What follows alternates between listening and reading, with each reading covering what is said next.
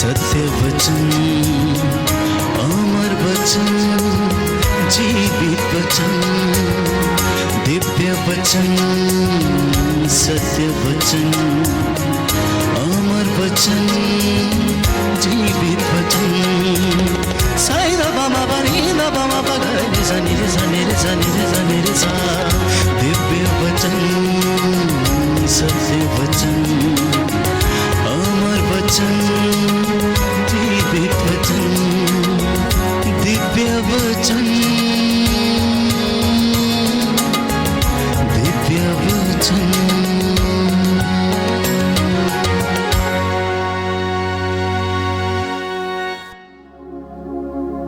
पेतरुस का पहला पत्र, उसका अध्याय 2 पद संख्या 9। First letter to Saint Peter chapter 2 verse 9 लिखा है कि आप लोग चुने हुए वंश हैं, राजकीय याजक वर्ग हैं, पवित्र राष्ट्र तथा ईश्वर की निजी प्रजा हैं आप लोग, जिससे कि आप उसके महान कार्यों का बखान करें और वह आपको अंधकार से निकालकर अपनी अलौकिक ज्योति में बुलाकर ले आया है। बोलिए आमेन, आमेन, हालेलुया, हालेलुया। हे प्रभु यीशु, हे प्रभु यीशु, मैं विश्वास करता हूँ मैं विश्वास कि करता हूँ आपने हमें कि आपने हमें अंधकार से निकालकर अंधकार से निकाल पाप की दास्ता से छुड़ाकर पाप की दास्ता से छुड़ाकर अपनी ज्योति में बुला लिया है। अपनी ज्योति में बुला लिया। Hallelujah, hallelujah, hallelujah. हालेलुया। प्रियजनों, उसने आपको करोड़ों लोगों में से चुना और ये मौका दिया कि आप उसकी हुजूरी में आए और सच्चे परमेश्वर के वचनों को आप सुने और वो आपको आशीष प्रदान कर दे। हमारे यज्ञ, हमारे चढ़ावे परमेश्वर को इसकी जरूरत नहीं। जिस तरह से बुढ़ापे में माता पिता को बच्चे की संपत्ति की लालच नहीं होती, लेकिन सिर्फ बच्चों की उपस्थिति उनके घर में उनके साथ रहे, वही उपस्थिति परमेश्वर अपनी चुनी हुई प्रजा से चाहता है कि मैंने इनको एक सच्ची दाखलता के रूप में मैंने बुलाया, इन्हें लगाया, इन्हें अपनाया। जब ये बालक था इज़राइल, जब तू बालक था, हे यहूदा, जब तू छोटा था तो मैंने तुझे पुत्र कहकर बुलाया। एक ऐसा रिश्ता हमारा प्रभु के साथ आज बनना है, उसके लिए हम बुलाए गए हैं, उसके लिए आप लोग चुने गए हैं। और यही कारण है कि आपने इस वचन को ग्रहण किया और यहाँ पर आप लोग बैठे हैं और कुछ लोग इस वक्त हमारे साथ ऑनलाइन प्रार्थना में कनेक्टेड हैं और वचन को सुन रहे हैं। तो प्रभु का वचन हमें बताता है कि आप लोग चुनी हुई प्रजा हैं। जब कोई व्यक्ति चुन लिया जाता है तो उसके लिए हर संभव कार्य करने के लिए लोग क्या करते हैं? तैयार रहते हैं। जिनको बुलाया जाता है उनके लिए हर प्रकार की सुविधा का इंतजाम किया जाता है। तो स्तोत्रकार कहता है, स्तोत्र संख्या 115 में पद संख्या 12 से 14 में कि प्रभु आपको याद करता है। क्या करता है? प्रभु आपको याद करता है और वह हमें आशीर्वाद प्रदान करेगा। वह श्रद्धालु भक्तों को आशीर्वाद प्रदान करेगा। प्रभु ने आपको याद किया है आज कि आओ मेरी रोटी खाओ, मेरी रोटी अनंत जीवन है। जो रोटी मैं तुम्हें देता हूं वो अनंत जीवन से भरपूर है। यदि कोई वह रोटी खाएगा तो वह मरेगा नहीं। और उसकी रोटी, प्यारे भाइयों और बहनों, उसका वचन है। उसकी रोटी उसका वचन है और यह वचन जीवंत वचन है। प्यारे भाइयों और बहनों, आज ये वचन दुनिया में सर्वाधिक पढ़ा जाने वाला वचन है। दुनिया में सबसे ज्यादा पढ़ी जाने वाली अगर कोई किताब है तो वो है पवित्र बाइबल। दुनिया में अगर सबसे ज्यादा कोई किताब जलाई गई है या अपमानित की गई है तो वो है पवित्र बाइबल। दुनिया में सर्वाधिक बिकने वाली किताब जो है वो है पवित्र बाइबल। प्रियजनों, जितनों ने इसको पढ़ा और स्वीकार किया है उनके जीवन बदल गए हैं। और वो वचन देने के लिए, वो वचन सुनाने के लिए प्रभु ने आज अपने दास को यहां पर खड़ा किया कि वो आपसे परमेश्वर की ओर से बातें कर सके। ये मेरे शब्द नहीं परंतु परमेश्वर के ये शब्द हैं कि वो आपको आज आशीर्वाद देना चाहता है, आपको मन की शांति देना चाहता। मैं जानता हूं आप में से बहुत सारे लोग हैं जो अशांत हैं, जिनके जीवन में शांति नहीं है, बहुत बेचैनी है, हृदय में शांति नहीं है, बहुत बेचैनी है, आत्मिक शांति नहीं है, कुछ करना चाहते हैं लेकिन होता नहीं है, पारिवारिक शांति नहीं है, समाज में शांति नहीं है, और आपके और हमारे आस पड़ोस में भी शांति नहीं है। तो ऐसी परिस्थिति में परमेश्वर का वचन हमें याद दिलाता है लेवी के ग्रंथ अध्याय 26 पद संख्या 6 में कि मैं देश भर में शांति बनाए रखूंगा। बोलिए आमेन, हालेलुया, हालेलुया। जिससे कि तुम लोग, कहता है, निर्भय होकर सो सको। परमेश्वर का वादा सुनिए, आपको उसने चुना, आपको उसने बुलाया, आपको वो याद करता है, आपको वो आशीर्वाद देता है और आपके प्रांतों में आशीर्वाद बनाए रखता है, शांति बनाए रखता है, जिससे कि आप रात्रि में निर्भय होकर सो सकें। बोलिए आमेन, आमीन, हालेलुया, हालेलुया। प्रभु का वचन कहता है, प्रभु का वचन कहता मैं है, देश भर में शांति बनाए रखूंगा, मैं तेरे घर में शांति बनाए जिससे रखूंगा, तुम निर्भय होकर जिससे तुम निर्भय सुख होकर की नींद सो सको। सुख की नींद सो सको। Hallelujah, hallelujah, hallelujah. हालेलुया। तो वो हर व्यक्ति को शांति देना चाहता है। क्यों देना चाहता है? What is the reason? उसे क्या जरूरत है? ईश्वर को हमारी जरूरत क्यों है? वास्तव में हमें ईश्वर की जरूरत होनी चाहिए क्योंकि हर व्यक्ति मोक्ष की तलाश में है। हर व्यक्ति इस शरीर से आजादी पाना चाहता है क्योंकि यह शरीर रोगों से भरा हुआ एक मिट्टी का पुतला है। ये ठोकर लगती है, टूटता है, हम गिर जाते हैं, इसमें कीड़े पड़ जाते हैं, कोई फोड़ा हो जाता है तो हम उसे असमर्थ हो जाते हैं। किसी को शुगर की बीमारी लग जाए या फिर किसी को गैंग्रीन हो जाए तो उसका अंग काटना पड़ता है, कैंसर हो जाए तो उस अंग को निकालना पड़ता है। ये मिट्टी का पुतला अनेक प्रकार की इन तमाम रोगों से और बुराइयों से भरा हुआ है और इंसान इस पे कितना गर्व करता है, कितना घमंड करता है, जैसा कि ये सदा के लिए ऐसा ही रहेगा। प्यारे भाइयों और बहनों, बाइबल हमें बताती है कि परमेश्वर हमें संपूर्ण रूप से विकसित करने के लिए, परमेश्वर हमें संपूर्णता प्रदान करने के लिए, परमेश्वर हमें अपने पास बुलाने के लिए क्या करता है? हमारे साथ ये सारे कामों को करता है। वचन के माध्यम से, याजकों के माध्यम से, दुआ प्रार्थना के माध्यम से, उपवास और प्रार्थना के माध्यम से, प्रायश्चित और पश्चाताप के माध्यम से वो क्या करता है? हमें बुलाना चाहता है, पवित्र करना चाहता है। जब तक हम इस दुनिया में रहते हैं वो चाहता है कि हम इस दुनिया में भी रहते समय शांति से जीवन बिताएं, क्योंकि परमेश्वर को मालूम है कि शैतान इन लोगों की परीक्षा लेगा। यूहन्ना का सुसमाचार अध्याय 17, यीशु मसीह ने प्रार्थना की, हे पिता, मैं तेरे पास आ रहा हूं। जब तक मैं इनके साथ था तब तक मैंने इनकी देखभाल की, लेकिन अब मैं तेरे पास आ रहा हूं, अब इसलिए आप इनकी देखभाल करना।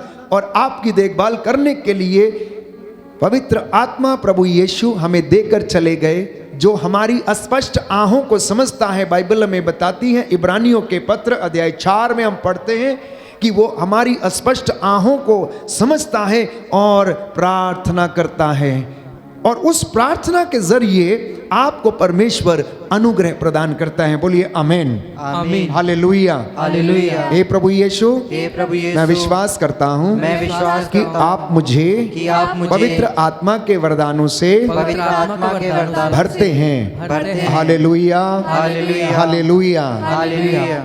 दूसरा कारण परमेश्वर हमें क्यों चुनता, क्यों बुलाता, क्यों पवित्र करता है, क्योंकि वह जीवन का स्रोत है। जीवन का मूल स्रोत परमेश्वर है। जिंदगी वहां से शुरू होती है और उसी में समाप्त होती है। हम जहां से आए हैं, इंसान को वहां पर लौटना है। तो स्वयं ईश्वर जीवन का स्रोत है। जो उसके साथ जुड़ जाता है, उसके जीवन में भी क्या आ जाता है? शांति आ जाती है। तो बाइबल कहती है अफेसियों के पत्र अध्याय 2 पद संख्या 14 से 17 में कि तब उन्होंने आकर दोनों को शांति का संदेश सुनाया, आप लोगों को जो दूर थे और उन लोगों को भी जो निकट थे। जो दो दूर हैं उनको भी शांति का संदेश, और जो निकट हैं उनके लिए भी परमेश्वर शांति का संदेश सुनाता है। जब भी उसके चुने हुए लोग इस वचन को बोलते हैं तो इन वचनों से वो आपके हृदयों को स्पर्श करता है और आमंत्रित करता है। कितनी सुंदर बात है कि आज का दिन परमेश्वर ने अपने लिए ठहराया, आपके लिए ठहराया कि आप उसकी हुजूरी में बैठे। 6 दिन काम करने के बाद 7वें दिन उस सृष्टिकर्ता पिता परमेश्वर की आराधना करें। वो परमेश्वर आपको और आपके परिवारों को और आपके घरों को, आपके बच्चों को, संतानों को उन्नति प्रदान करे। इसलिए वो चाहता है कि आओ और ले जाओ, मुफ्त में ले जाओ, कोई दाम चुकाने की जरूरत नहीं है। आप यहां बैठे हैं, आपको दाम चुकाने की जरूरत नहीं है, आपके लिए फ्रीली अवेलेबल है। The grace of the Lord is freely given to everyone. क्योंकि बाइबल हमें बताती है कि परमेश्वर ने ईसा मसीह के द्वारा हमको ये अनुग्रह प्रदान किया है और उसी के द्वारा हमारी मुक्ति संभव हुई है। बोलिए आमेन, आमीन, हालेलुया, हालेलुया, हालेलुया, हालेलुया। तो कुछ लोगों का शक है कि यीशु मसीह का मरना हमें किस तरह से उद्धार दिला सकता है। पुरानी व्यवस्था में हम पढ़ते हैं, लेवी के ग्रंथ में हम पढ़ते हैं, और आज दुनिया के कई कोनों में ऐसी ही प्रथा अभी भी चलती है कि पुजारी मेमने की या फिर बकरे की या फिर सांड की बलि चढ़ाता है और उसका रक्त लेकर लोगों पर छिड़कता है और उससे ईश्वर को प्रसन्न करने की कोशिश करता है।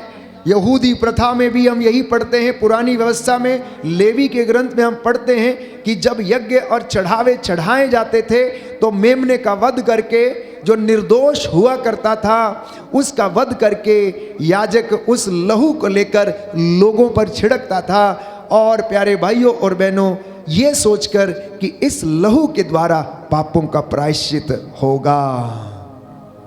लेकिन बाइबल ये कहती है कि इंसान के लहू में जीवन है, जानवर के लहू में जीवन नहीं है। क्यों?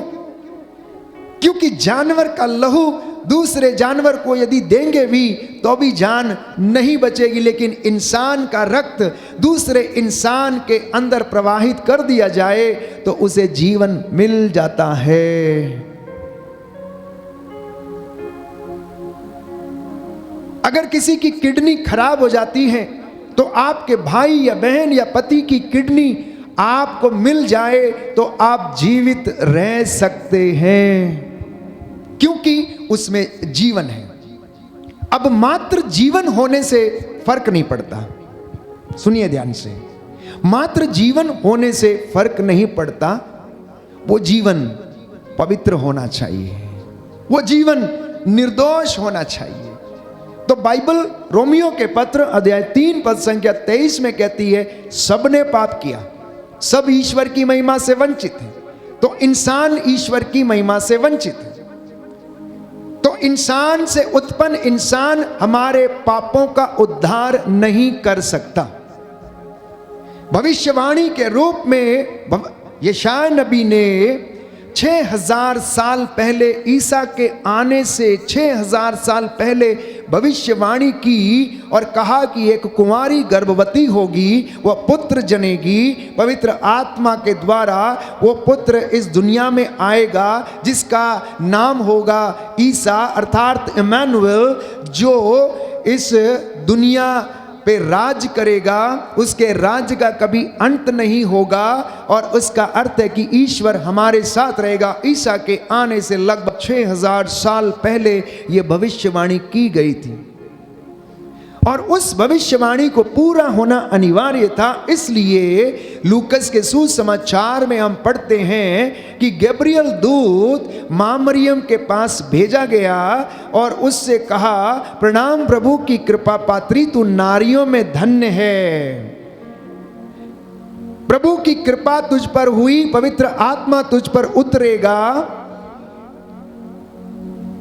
और सर्वोच्च ईश्वर की शक्ति की छाया तुझ पर पड़ेगी। तू गर्भवती होगी, एक पुत्र जनेगी और उसका नाम ईसा रखेगी। प्यारे भाइयों और बहनों, अब यीशु मसीह इंसान से उत्पन्न नहीं था। यीशु मसीह ईश्वर के द्वारा पवित्र आत्मा के सामर्थ्य से मां मरियम की गोद में आया था। उसमें इंसान का तत्व, प्यारे भाइयों और बहनों, मौजूद नहीं था, केवल ईश्वर का तत्व उसमें मौजूद था, इसलिए वह पवित्र था। हालांकि वह इंसानी रूप में था, लेकिन उसमें, प्यारे भाइयों और बहनों, जैसे बच्चे की जन्म के लिए 2 क्रोमोसोम्स क्या होते हैं, रिस्पॉन्सिबल होते हैं, एक्स और वाई। लेकिन यीशु मसीह के लहू में शोधकर्ताओं ने शोध किया कि उसके लहू में, प्यारे भाइयों और बहनों, एक ही क्रोमोसोम था। इसलिए यीशु का लहू पवित्र था। और जब किसी पवित्र व्यक्ति की, निर्दोष व्यक्ति की बलि चढ़ाई जाएगी तो पापों की क्षमा तभी मिलेगी। तो यहूदी प्रथा में जब याजक ये काम किया करते थे तो वो पहलोठा मेमना लिया करते थे जो निर्दोष हुआ करता था, और यीशु मसीह निर्दोष था, उसके ऊपर कोई कलंक नहीं था, वो निष्कलंक था, पिता से उत्पन्न था। प्यारे भाइयों और बहनों, इसलिए उसके लहू बहाने से आपको और मुझे शांति मिली। बोलिए आमीन, आमीन, हालेलुया, हालेलुया। हे प्रभु यीशु, हे प्रभु यीशु, आपका पवित्र लहू आपका पवित्र मैं अपने लहू शरीर पर, मैं अपने शरीर अपने पर, घर पर, अपने घर पर छिड़क देता हूँ। छिड़क देता हूँ। Hallelujah, hallelujah, hallelujah, hallelujah. तो वो लहू हमें बचाता है, वो लहू हमें शुद्ध करता है, उस लहू में ताकत है। कोई दूसरा लहू हमें सेव नहीं कर सकता। किसी दूसरे व्यक्ति के रक्त बहाए जाने से पाप क्षमा नहीं मिल सकती, किसी दूसरे व्यक्ति के द्वारा मुक्ति नहीं मिल सकती, क्योंकि वे लोग पवित्र नहीं हैं। वो ईश्वर से उत्पन्न नहीं है, इंसान से उत्पन्न है। प्यारे भाइयों और बहनों, और यही कारण है कि चिन्ह चमत्कार होते हैं, यही कारण है रोगी चंगे होते हैं। इतिहास गवाह है, वर्तमान में आप देखते हैं कितने लोग, प्यारे भाइयों और बहनों, अंगीकार करते हैं, लंगड़े चलते हैं, अंधे देखते हैं। यीशु ने कहा, तुम क्या देखते हो? उन्होंने कहा, क्या तुम ये नहीं देखते कि लंगड़े चलते हैं, अंधे देखते हैं, बहरे सुनते, गूंगे बोलते हैं?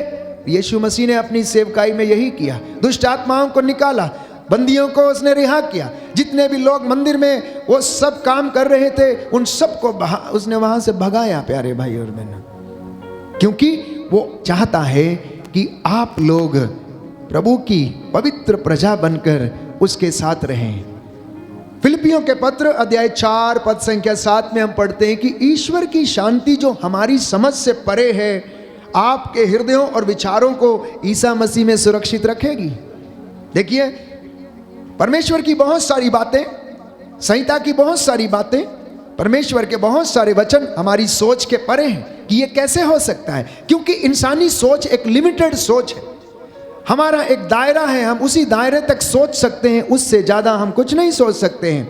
लेकिन परमेश्वर जिसने इस पूरी सृष्टि को बनाया है, जिसने आपको और मुझे बनाया है, वो सब कुछ जानता है। इसलिए मेरी सोच और आपकी सोच ईश्वर की सोच से परे है, लेकिन वो हमारे जीवन में शांति बनाए रखता है। और ईसा मसीह में उसे सुरक्षित रखता है। बोलिए आमेन, आमीन, हालेलुया, हालेलुया, हालेलुया। हालेलुया। इसलिए आज का वचन प्रभु आपको दे रहे हैं कि आप लोग शांति, सुसमाचार, उत्साह के जूते पहनकर, सत्य का कमरबंद कसकर आप लोग खड़े हो जाएं और विश्वास की ढाल लिए हुए, मुक्ति का टोप लिए हुए क्या करें? शैतान की हर एक षड्यंत्र का, दुष्ट आत्माओं का सामना करने के लिए आप लोग तैयार रहें। और शांति का परमेश्वर शीघ्र ही हर बुराई को, हर षड्यंत्र को, शैतानी ताकतों और दुरात्मा शक्तियों को आपके पैरों के नीचे डालकर कुचल देगा। बोलिए आमेन, आमीन, hallelujah, hallelujah, hallelujah, hallelujah, hallelujah. Hallelujah. तो जब हम शांति में रहते हैं, जब हम धार्मिकता में रहते हैं, जब हम परमेश्वर के नज़दीक रहते हैं, या उसकी बातों को रोज सुनते हैं, या उसके भजन रोज गाते हैं, या उसका नाम जपते हैं, या फिर वचन हम पढ़ने लगते हैं, तो हमारे जीवन में उसकी कृपा का स्तर जो है बढ़ने लगता है। और शांत व्यक्ति के गुण क्या हैं ये हमें पता लगना चाहिए। परिपक्वता शांत व्यक्ति का गुण है। एक पका हुआ फल, प्यारे भाइयों और बहनों, एक फल का जो पका हुआ है उसका गुण क्या है? उसकी मिठास, उसकी मिठास उसका गुण है। बहुत सारे पकते हैं लेकिन अंदर से सड़े हुए रहते हैं, तो परिपक्वता हासिल नहीं हुई है। जब फल, प्यारे भाइयों और बहनों, पकता है, पकने के साथ साथ वो स्वाद भी देता है, मिठास भी देता है, तो ये उसका गुण है। यही बात मसीहों के जीवन में, यही बात बुजुर्गों और प्रभु के चुने हुए लोगों के जीवन में, यही बात बिलीवर्स के जीवन में है कि जैसे जैसे आप पवित्रताई में बढ़ते जाते हैं, विश्वास में बढ़ते जाते हैं, धर्म के कामों में बढ़ते जाते हैं, सेवा के कामों में बढ़ते जाते हैं, आपकी वाणी से मिठास निकलने लगे। जब इंसान जवान होता है, नौजवान होता है, तो उसके अंदर लड़कपन होता है। लड़कपन, उत्तेजना,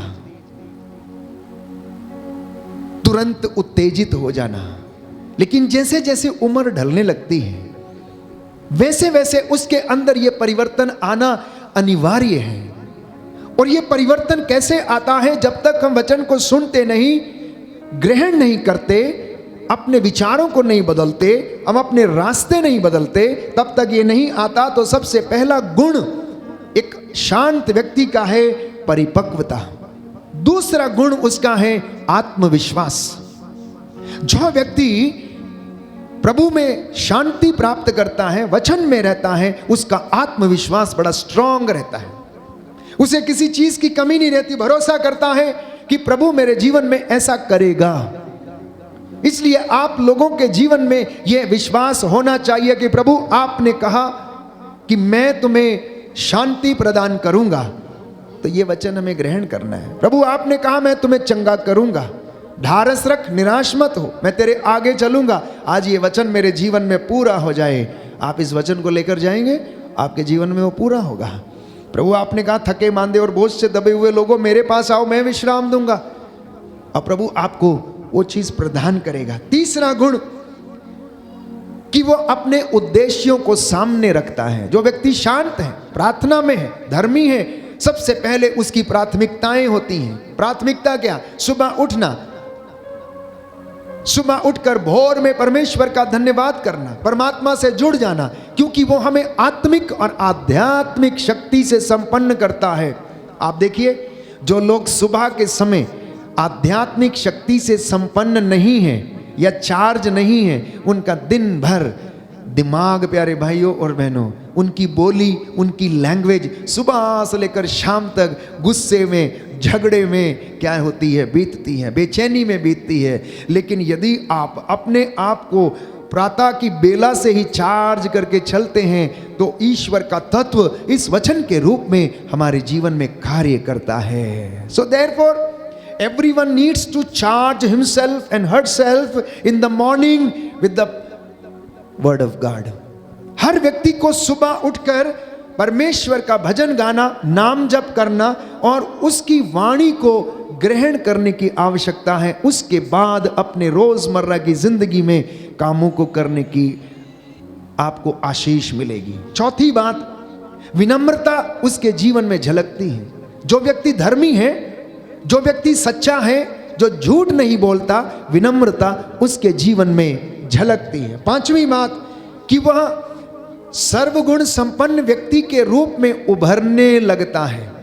अनेक गुण उसके जीवन में आते हैं क्योंकि परमेश्वर की शांति उसके जीवन में और परिवार में बनी रहती है। वो घमंडी नहीं बनता है, अहंकारी नहीं होता है, वो लालच नहीं करता है। इसके विपरीत प्यारे भाइयों और बहनों, जो व्यक्ति अशांत रहता है उसका स्वभाव देखिए कैसा रहता है। जीवन का उद्देश्य उसे ऐसा लगता है जैसे समाप्त हो गया। अशांत व्यक्ति को ऐसा लगता है सब कुछ खत्म हो गया, हम बर्बाद हो गए, हम लुट गए, हमारा घर लुट गया, हमारा ये खो गया, हमारा वो खो गया, और ऐसा लगता है सब कुछ समाप्त हो गया। नहीं, जब आप ऐसा सोचते हैं कि सब कुछ समाप्त हो गया, वहीं से एक नई जिंदगी की शुरुआत होने लगती है अगर आप भरोसा करेंगे। जो व्यक्ति अशांत है उसके मानसिक स्तर, उसका शारीरिक स्तर और उसका भावनात्मक स्तर में बड़ी हलचल रहती है। इमोशनली वीक रहता है, फिजिकली भी वीक रहता है, बीमारियों से ग्रसित रहता है और मेंटली भी वीक रहता है। सोच नहीं पाता है, याद नहीं कर सकता है, याददाश्त उसकी समाप्त हो जाती है। करना कुछ चाहता है, करता कुछ है, और निर्णय लेने में वो प्यारे भाइयों और बहनों बहुत ज्यादा कमजोर हो जाता। हालेलुया, हालेलुया, दाहिना हाथ उठाकर बोलेंगे हालेलुया, हालेलुया। हे प्रभु यीशु, हे प्रभु यीशु, मुझे इन तमाम गुणों से मुझे इन तमाम गुणों से संपन्न कीजिए। संपन्न कीजिए। Hallelujah, hallelujah. आइए प्रभु यीशु, आइए प्रभु यीशु, मेरी जिंदगी में, मेरी जिंदगी मेरे में, जीवन में, मेरे जीवन मेरे में, व्यक्तिगत जीवन मेरे में व्यक्तिगत जीवन में शांति प्रदान कीजिए। शांति प्रदान कीजिए। Hallelujah, hallelujah, hallelujah. हालेलुया। अशांत व्यक्ति में हमेशा बदले की भावना रहती है, ईर्ष्या की भावना रहती है, लोगों को गिराने की उसके विचार रहते हैं, इसलिए वो अशांत रहता है। लोगों की खुशी से उसको दुख होता है। लोग खुश हैं लेकिन ये व्यक्ति दुखी होता है। क्यों? क्योंकि अभी तक इसमें ईश्वर का तत्व मौजूद नहीं, और यही कारण है वो बीमारियों से जकड़ने लगता है, और यही कारण है चिड़चिड़ापन, झगड़ा उसके अंदर आ जाता है। जिंदगी में स्थिरता नहीं रहती है, समस्याओं का सामना नहीं कर पाता है, उनसे दूर भागता है। याद रखिए, अगर आप समस्याओं से दूर भागेंगे तो समस्याएं आपका पीछा करेंगी, आपको छोड़ेंगी नहीं, और आप अल्प विश्वासी हो जाएंगे और जिंदगी में ऐसा लगेगा सब कुछ समाप्त हो गया है। इसलिए प्रभु का वचन कहता है झूठ मत बोलो, ईर्ष्या करना छोड़ दो, सत्य का कमरबंद कसो, शांति, सुसमाचार, उत्साह के जूते पहनो, विश्वास की ढाल लेकर खड़े हो जाओ। क्योंकि हमारी लड़ाई लोगों से नहीं है, हमारी लड़ाई किसी मनुष्य से नहीं है, आकाश की दुष्ट आत्माओं से, संसार के अधिपतियों से है, शैतानी दुरात्मा शक्तियों से हमारी लड़ाई है, जो दिन रात हमें परमेश्वर से दूर करने के लिए लगी रहती हैं। Hallelujah, hallelujah, hallelujah, hallelujah. तो हमें क्या करना चाहिए? हमें क्या करना चाहिए? प्रभु कहता है, ओ मेरी चुनी हुई प्रजा, ओ मेरे बेटे, ओ मेरी बेटी, तू जीना चाहता है, तू शांति चाहता है, आजा मेरे पास आ। देख, जीवन का स्रोत मैं हूँ, आदि मैं हूँ, अंत मैं हूँ, अल्फा मैं हूँ, ओमेगा मैं हूँ। यदि तू मेरे पास आएगा अंधकार में कभी नहीं भटकेगा।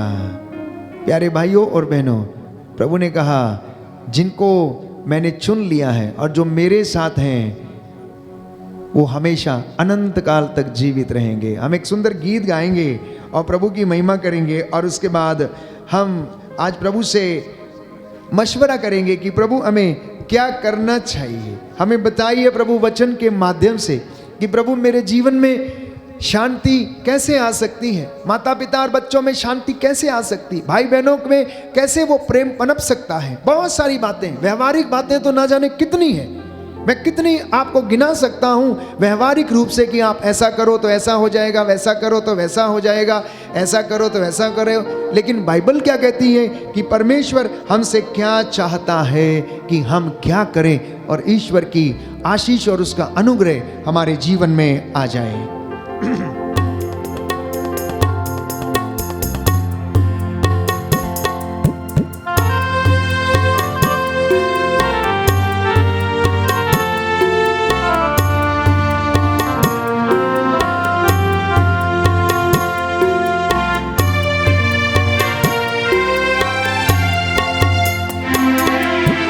यीशु बुलाता तुम्हें,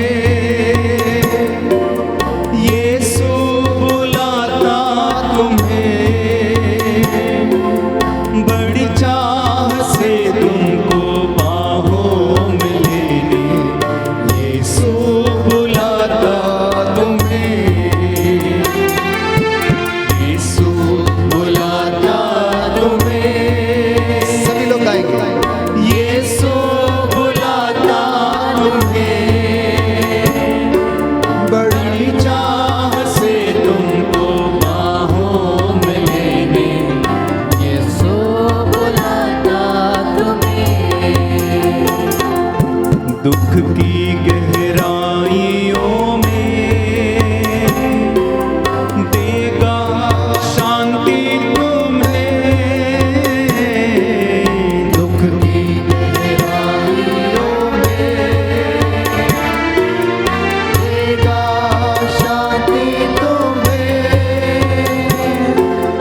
दुख की गहराइयों में देगा शांति तुम्हें। दुख की गहराइयों में देगा शांति तुम्हें।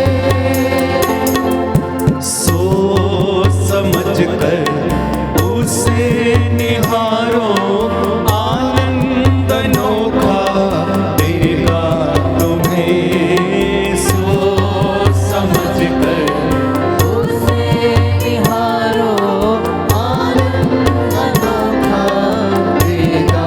यीशु बुलाता, यीशु बुलाता तुम्हें, यीशु बुलाता तुम्हें, बड़ी चाह से तुमको बाहों में लेने।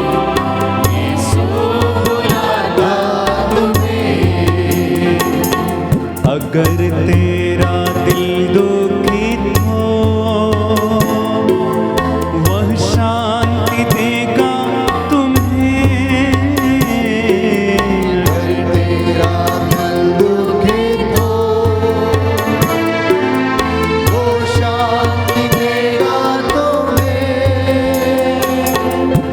अपनी आंखों की पुतली जैसे सच्ची सुरक्षा देगा तुम्हें। अपनी आंखों की पुतली जैसे सच्ची सुरक्षा देगा। यीशु बुलाता, यीशु बुलाता तुम्हें। आमीन। यीशु बुलाता तुम्हें, बड़ी चाह से तुमको बाहों में लेने। यीशु बुलाता तुम्हें, यीशु बुलाता, यीशु बुलाता तुम्हें। यीशु बुलाता तुम्हें, बड़ी चाह से तुमको बाहों में लेने। यीशु बुलाता तुम्हें, यीशु बुलाता तुम्हें। यीशु बुलाता तुम्हें। तो शांति प्राप्त करने के लिए हमें क्या करना चाहिए? सबसे पहले समस्याओं से हम साक्षात्कार करें, उनका सामना करें। आपकी समस्याओं का हल आपसे उतनी दूर है जितने आपके जमीन से घुटने दूर हैं। बाइबल हमें बताती है कि आपकी समस्याओं का हल आपसे इतनी दूर है जितने आपके जमीन से घुटने दूर हैं। इतिहास गवाह है प्यारे भाइयों और बहनों, संत मोनिका के जीवन में जब उसका बेटा अगस्टिन पूरे बुराई का जीवन जीता था तो 18 साल तक लगातार घुटनों पर आकर वो प्रार्थना करती रही, तपस्या करती रही। और लिखा है कि जहां पर वो प्रार्थना करती थी उस जमीन को वो आंसुओं से भिगो दिया करती थी। सिमोन फरीसी के घर में जब यीशु बैठे हुए थे, भोजन करने जा रहे थे, तो उस वक्त वहां पर एक स्त्री आई जिसका जीवन बहुत ज्यादा अच्छा नहीं था। वो आंसुओं से उसके पैरों को भिगोती रही, केशों से उसे पोंछती गई और उसे प्यारे भाइयों और बहनों क्षमा मिल गई। नाकेदार आता है, परमेश्वर के मंदिर के द्वार पर घुटना टेकता है, छाती पीट पीट कर कहता है मुझ पर दया कर। बाइबल हमें बताती है कि जकरियस अपने बुढ़ापे में परमेश्वर के मंदिर में याजक के रूप में उसकी सेवा करता था और वहां पर अन्ना नामक नबिया जो बुढ़ापे तक जो 80 वर्ष की थी वो लगातार क्या करती रही, तपस्या करती रही। और परमेश्वर ने प्यारे भाइयों और बहनों उसे भी दर्शन दिए यीशु के रूप में। जकरियस ने कहा कि अब तेरे दास ने, तेरे सेवक ने तेरी महिमा देख ली है, इसलिए तू अब अपने दास को क्या कर, शांति से विदा कर। आपकी समस्याएं भी ऐसे ही प्यारे भाइयों और बहनों टल जाएंगी यदि हम अपने आप को समर्पित करते हैं और समस्याओं से हम साक्षात्कार करते हैं। उनसे अगर आप भागेंगे तो ये आपको भगाएंगी। सामना करना, खड़े हो जाना, क्योंकि हमारा प्रभु हमारी समस्याओं से बड़ा है। बोलिए आमीन। आमीन। Our Lord is bigger than our problems. इसलिए कोई व्यक्ति ये ना कहे कि मेरी समस्या सबसे बड़ी है। नहीं, आपको ये कहना चाहिए कि मेरा प्रभु सबसे बड़ा है। मेरा प्रभु इन तमाम बुराइयों से मुझे आजाद कर सकता है। वो मेरे लिए लड़ेगा क्योंकि उसने वादा किया है, मैं तुम्हारी ओर से युद्ध लड़ूंगा, मैं तुम्हारे आगे आगे बर्रे भेजूंगा जो हिव्वियों, कनानियों, परिज्जियों को क्या करेंगे, खदेड़ देंगे। और उसने ऐसा किया। उसने कहा डरो मत, मैं तुम्हारे आगे चलूंगा। दूसरी बात आपको करने की आवश्यकता है कि परमेश्वर में रेस्ट करने की आवश्यकता है, आराम करने की आवश्यकता है, शांति को बटोरने की आवश्यकता है। आप जितने ज्यादा शांत रहेंगे उतना ही सामर्थ्य आपके अंदर प्यारे भाइयों और बहनों बहेगा, उतनी ही अनॉइंटिंग आपके अंदर से निकलेगी। क्योंकि शांति परमेश्वर से आती है, क्योंकि वो शांति का परमेश्वर है और वो सामर्थ्य उससे आता है। एक जिम में जाने वाला लड़का या लड़की प्यारे भाइयों और बहनों वो कसरत करके अपने मसल्स को स्ट्रॉन्ग करता है, लेकिन आध्यात्मिकता में रहकर तपस्या करने वाला व्यक्ति ईश्वर से वो सामर्थ्य को प्राप्त करता है। आप पढ़ते हैं कि ऋषियों, मुनियों ने, आचार्यों ने तपस्या के कारण वो सिद्धि हासिल की, परमेश्वर से जुड़ने की और वो खुशी लोगों के साथ बांटने की। वही मस्सा, वही अनुग्रह, वही अनॉइंटिंग हम प्रभु के साथ रहकर हासिल कर सकते हैं। और अगर हम विश्वास करेंगे और उस विश्वास के साथ किसी पर हाथ रखेंगे तो वो चंगा होगा। क्योंकि बाइबल हमें बताती, मार्कुस का सुसमाचार अध्याय 16 पद संख्या 17 में, मुझ में विश्वास करने वाले लोग मुझसे भी महान और बड़े काम करेंगे। वो अपने हाथों में सांपों को उठा लेंगे, बिच्छुओं को उठा लेंगे, कुछ हानि नहीं होगी। विष पिएंगे, उन्हें कुछ हानि नहीं होगी। प्यारे भाइयों और बहनों, ये अनुग्रह परमेश्वर ने हमें दिया। तीसरी बात, आत्मविश्वास पैदा करें, प्रभु में विश्वास पैदा करें। वो दुख में हमको परख लेता है, दुख की भट्टी में हमको छोड़ देता है, परखता रहता है। हम जीवन के लिए एक नया उद्देश्य स्थापित करें, और वो उद्देश्य है परमेश्वर के साथ रहना, वचन में जीना, वचन में बढ़ना, वचन में चलना, वचन में सुनना, वचन को सुनाना, वचन की गवाही बनना। चौथी बात, सकारात्मक रवैया अपनाने की कोशिश करना, परमेश्वर के चिन्ह और चमत्कारों को अनुभव करने की कोशिश करना, क्योंकि बाइबल हमें बताती है, यिर्मयाह नबी का ग्रंथ अध्याय 50 पद संख्या 4 और 5 में, कि ईश्वर हमें आशीषित करने से पहले हमें दुख की भट्टी से होकर जाने देता है। कुछ देने से पहले वो हमको खाली होने देता है।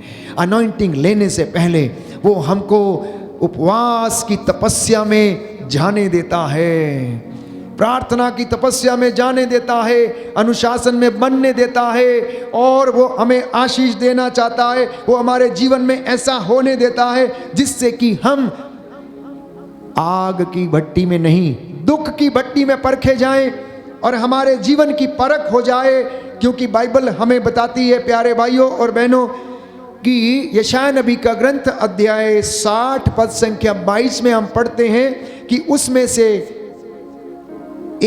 प्रत्येक से 1000 उत्पन्न होंगे, और सबसे दुर्बल से एक शक्तिशाली राष्ट्र उत्पन्न होगा, और मैं उचित समय पर यह अविलंब पूरा करूंगा।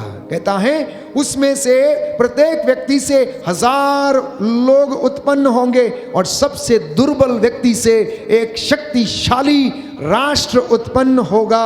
और प्रभु कहता मैं उचित समय आने पर यह अविलंब पूरा कर दूंगा, बिना देरी किए हुए मैं इस बात को पूरा करूंगा। इसलिए संत पौलुस इब्रानियों को लिखता अध्याय 5 पद संख्या 7 में कि मसीह ने इस पृथ्वी पर रहते समय पुकार पुकार कर पिता से प्रार्थना की, आंसू बहा बहा कर ईश्वर से जो उन्हें मृत्यु से बचा सकता था प्रार्थना की, अनुनय विनय की, और श्रद्धालुता के कारण उनकी प्रार्थना को सुना गया।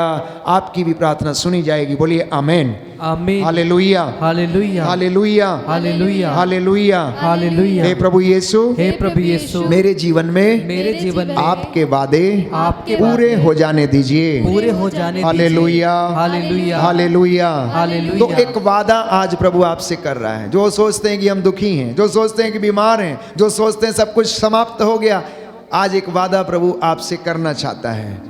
और वचन है यशायाह नबी का ग्रंथ अध्याय 65 पद संख्या 23 से 24 कि अब वे व्यर्थ परिश्रम नहीं करेंगे। कहता है अब ये लोग व्यर्थ परिश्रम नहीं करेंगे, इनकी संतानें दुर्दिन नहीं देखेंगी, प्रभु का आशीर्वाद इन पर और इनके वंशजों पर बना रहेगा, बशर्ते कि ये मेरी आज्ञाओं पर चलने वाले बन जाएं, बशर्ते कि ये मेरे वचनों को ग्रहण करें, बशर्ते कि ये ईमानदार रहें, बशर्ते कि ये झूठ ना बोलें, चोरी ना करें, हत्या ना करें, ईर्ष्या ना करें, घमंड ना करें, तो इनकी संतानें उन्नति देखेगी, दुर्दिन नहीं देखेगी, और मैं इनके साथ किए हुए वादों को पूरा करूंगा। बोलिए आमीन, आमीन। खाली संतानें नहीं, आने वाले वंशज भी आपके आशीर्वाद प्राप्त करेंगे, आपके नाती पोते, उनके बच्चे, और आगे उनके नाती पोते और उनके बच्चे, आने वाली पीढ़ियां प्यारे भाइयों और बहनों ईश्वर की महिमा देखेंगी। इसलिए प्रयत्न करना, प्रार्थना करना, जुड़ जाना, क्योंकि जुड़ने में आनंद है, उसे देखने में आनंद है। जो उसकी ओर दृष्टि लगाता आनंदित रहता है, वो निराश नहीं होता। उनके घर सदा भरे पूरे रहते हैं, उन्हें किसी चीज़ की कमी नहीं रहती है, क्योंकि वह उनके देखते देखते उनके लिए खाने की मेज सजाता है और उनके सिर पर तेल का विलेपन करता है, उनके प्याले लबालब भर देता है, क्योंकि उन्हें उसकी लाठी और सोटे पर भरोसा है। चाहे अंधकार की घाटी से होकर जाना क्यों ना पड़े, वो शंका नहीं करते, वो निडर रहते हैं, चलते जाते हैं, चलते जाते हैं, वो उनके लिए प्रबंध करेगा। बोलिए आमीन, आमीन। तो आज एक दूसरा वादा प्रभु आपसे करता है कि मैं इनके लिए प्रबंध करूंगा। बोलिए आमीन, आमीन। क्योंकि उसने बाइबल हमें बताती हैं इब्राहिम के लिए प्रबंध किया, अपनी प्रजा के लिए प्रबंध किया, इजराइलियों के लिए प्रबंध किया। कहता है इनके दुहाई देने से पहले मैं इन्हें उत्तर दूंगा, इनकी प्रार्थना पूरी होने से पहले मैं उसे स्वीकार करूंगा। आप और आपके बच्चे ईश्वर के चिन्ह और प्रतीक हैं, इसलिए उनको दुर्दिन कभी नहीं देखने देगा। बोलिए आमीन, आमीन, हालेलुया, हालेलुया। एक आशीष प्रभु आज वचन के द्वारा देना चाहता है। अपने दास के मुख से इस वचन के द्वारा आपको ये आशीष देना चाहता है। यशायाह नबी का ग्रंथ अध्याय 58 पद संख्या 11। याद रखिए, इन वचनों को लेकर जाना साथ में, इनको बोलना, प्रभु आज आपने ये वचन दिया, प्रभु आज ये वचन मेरे जीवन में, परिवार में पूरा हो जाए कि प्रभु तुम्हारा निरंतर पथ प्रदर्शन करेगा। आज जो निर्णय लेंगे यीशु में लेंगे वो पूरे होंगे, असफल नहीं होंगे। आप जो भी निश्चय करेंगे वो परमेश्वर उसे पूरा करेगा। और क्योंकि अध्याय 58 यशायाह नबी का ग्रंथ पद संख्या 11 बाइबल इस बात को प्रमाणित करती है कि वो आज आपका पथ प्रदर्शन करेगा, तुम्हें मरुभूमि में तृप्त करेगा। मतलब अगर तुम्हारी कंगाली में आटा गीला है तो तब भी वो तुम्हारे लिए प्रबंध करेगा, क्योंकि उसने सरप्ता की विधवा के लिए एलीशा के द्वारा प्रबंध किया। याद रखिएगा, अकाल पड़ा था, उसके पास कुछ भी नहीं था, एक मुट्ठी आटा था, थोड़ा सा कुप्पी में तेल था, और पूरे अकाल में उसके पास कुछ नहीं था। उसकी कंगाली में मानो आटा गीला ही था, कुछ भी नहीं था। उसका बेटा और वो खाकर मर जाने वाले थे, लेकिन प्रभु ने सरप्ता की विधवा के लिए प्रबंध किया, तो आपके लिए क्यों ना करेगा। बोलिए आमीन, आमीन। इन वचनों को रिसीव करके जाना, इन वचनों को ग्रहण करना प्यारे भाइयों और बहनों। अगला वचन है वह तुम्हें शांति प्रदान करता रहेगा, करता रहेगा, continuous tense, always he will keep on doing. और तुम्हें सींचे हुए बगीचे की तरह बनोगे। तुम एक सींचे हुए बगीचे की तरह जिसमें पेड़ हरा भरा रहता है, पौधा खिला हुआ रहता है, और जल स्रोत के सदृश जिसकी धारा कभी समाप्त नहीं होती है। ये वादा है। यशायाह नबी का ग्रंथ अध्याय 65 पद संख्या 23 से 24। और उसकी आशीष जो आपको वो अपने दास के द्वारा इस वचन के माध्यम से दे रहा है, यशायाह नबी का ग्रंथ अध्याय 58 पद संख्या 11। ये वचन आपके जीवन में पूरा हो जाए और आपको शांति और चंगाई मिले। बोले आमीन, आमीन। आइए हम खड़े हो जाएंगे इस वक्त। प्रभु के वचन हमारे जीवन में अपना कार्य करें और रूह का दुगना मस्सा हम पर छा जाए। इस वक्त हम चंगाई की प्रार्थना में जा रहे हैं। एक एक व्यक्ति अपने आप को समर्पित करें। बीच में थोड़ी जगह छोड़ें, आप लोग अच्छे से लाइन में खड़े हो जाएं। इस वक्त जो भी बोला जाता है, जो भी गाया जाता है, या जैसे भी आपको करने के लिए कहा जाता है, आप उन वचनों का पालन करें। प्रभु यीशु हमारे बीच में है। वचन सुनाने के बाद जिस तरह से संध्या समय में लोग अपने रोगियों को यीशु के पास ले आते थे और वो उन पर हाथ रखते थे, वो चंगे होते थे, आज वही प्रभु अपने दास के द्वारा इन वचनों के माध्यम से आप लोगों को चंगाई प्रदान कर